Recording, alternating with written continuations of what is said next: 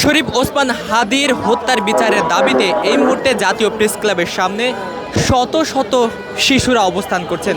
যেমনটি দেখানোর চেষ্টা করছি, ছোট ছোট যে সকল শিশুরা রয়েছে তারা এই মুহূর্তে জাতীয় প্রেস ক্লাবের সামনে এসেছে হাদি হত্যার বিচারের দাবিতে। তারা চাচ্ছে যে খুব দ্রুতই যাতে হাদি হত্যার বিচার কার্যক্রম করা হয়। দেখছেন যে চিলড্রেন্স ভয়েস ফর হিউম্যানিটি নামে একটি সংগঠনের পক্ষ থেকে মূলত এই আয়োজন করা হয়েছে। আজ সকাল থেকেই শরীফ ওসমান হাদির হত্যার বিচারের দাবিতে জাতীয় প্রেস ক্লাবের সামনে এই শিশুদের অবস্থান কিন্তু আমরা দেখতে পেয়েছি। এখনও দেখছেন যে এই শিশুরা জাতীয় প্রেস ক্লাবের সামনে অবস্থান করছেন এবং বিভিন্ন ধরনের স্লোগান দিচ্ছেন, তুমি কে আমি কে, হাদি হাদি।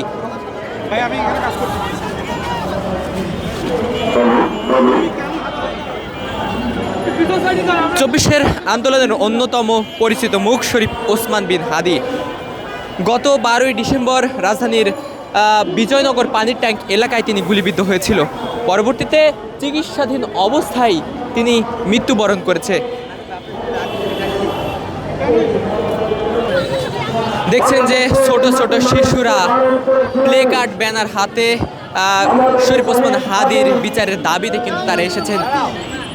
তাদের প্লে কার্ড এবং ব্যানারে লেখা আছে, তুমি কে আমি কে, হাদি হাদি। দেশের ভূখণ্ড রক্ষায় হাদিরা জীবন বিলায়, আমরা সবাই হাদি হব। এই সকল প্লে কার্ড ব্যানার কিন্তু তারা ধরে রেখেছেন।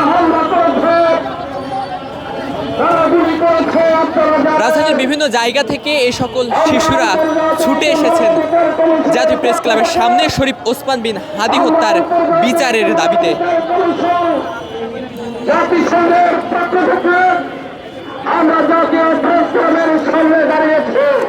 তুমি কেন এসেছো?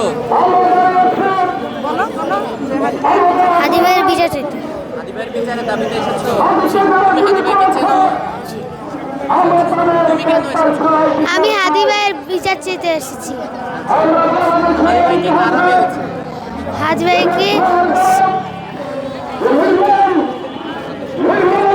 দর্শক দেখছেন যে ছোট ছোট শিশুরা তারা কিন্তু প্লে কার্ড ব্যানার নিয়ে উই আর হাদি, আমরা সবাই হাদি হব, দেশ রক্ষায় জীবন দিব, এইসব স্লোগানে তারা কিন্তু বিভিন্ন ধরনের প্লে কার্ড নিয়ে জাতীয় প্রেস ক্লাবের সামনে শরীফ ওসমান বিন হাদির হত্যার বিচারের দাবিতে তারা এসেছেন।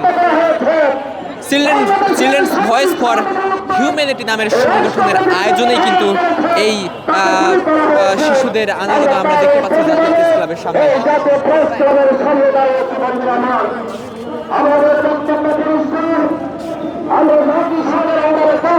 জুলাই অভ্যুত্থানের অন্যতম পরিচিত মুখ শরীফ ওসমান বিন হাদি জুলাই অভ্যুত্থানের পরবর্তীতে তিনি ইনকলাব মঞ্চ নামে একটি প্রতিষ্ঠান গড়ে তোলেন এবং সেখানে মুখপাত্র হিসেবে দায়িত্ব পালন করেন। পরবর্তীতে 24-এর অভ্যুত্থান পরবর্তী সময়ে বাংলাদেশের বিভিন্ন বড় বড় আন্দোলনে তাদের শরীফ ওসমান বিন হাদিকে কিন্তু সম্মুখ সারিতে অবস্থান করতে আমরা দেখেছি এবং নির্বাচনের প্রার্থিতা হিসেবে জাতীয় সংসদ নির্বাচনের প্রার্থিতা হিসেবে তিনি ঢাকা 8 আসন থেকে স্বতন্ত্র পদপ্রার্থী হিসেবে নির্বাচন করতে চেয়েছিলেন। তবে নির্বাচন তফসিল ঘোষণা করার ঠিক একদিন পরেই শরীফ ওসমান বিন হাদি জুমার নামাজের পরে নির্বাচনী প্রচারণা চালানোর জন্য অর্থাৎ লিফলেট বিতরণের জন্য বিজয়নগর পানির ট্যাঙ্ক এলাকায় কিন্তু গিয়েছিলেন গণসংযোগ চালাতে। তিনি যখন অটোরিকশায় ছিলেন তখন দুর্বৃত্তের গুলিতে তিনি কিন্তু আহত হন। পরবর্তীতে চিকিৎসার জন্য তাকে রাজধানীর ঢাকা মেডিকেলে ভর্তি করা হয়েছিল এবং তারপরে উন্নত চিকিৎসার জন্য এফআর কেয়ার হাসপাতালে নিয়ে যাওয়া হয় এবং সেখান থেকে আরও উন্নত চিকিৎসার জন্য রাজধানীর এফআর কেয়ার হাসপাতাল থেকে সিঙ্গাপুরে নিয়ে যাওয়া হয়। সেখানে তিনি কিন্তু চিকিৎসাধীন অবস্থায় মৃত্যুবরণ করেন এবং দেখছেন আমরা দেখেছি গতকাল শরীফ ওসমান বিন হাদির জানাজায় শত শত লাখ লাখ মানুষের সমাগম কিন্তু আমরা দেখতে পেয়েছি। বাংলার মানুষের ভালোবাসায় তার জানাজা কিন্তু সংগঠিত হয়েছে এবং তার দাফন কার্যক্রম কাল কিন্তু সংগঠিত হয়েছে এবং আজ দেখছেন যে ছোট ছোট শিশুরা শরীফ ওসমান বিন হাদির হত্যার বিচারের দাবিতে জাতীয় প্রেস ক্লাবের সামনে অবস্থান করছেন।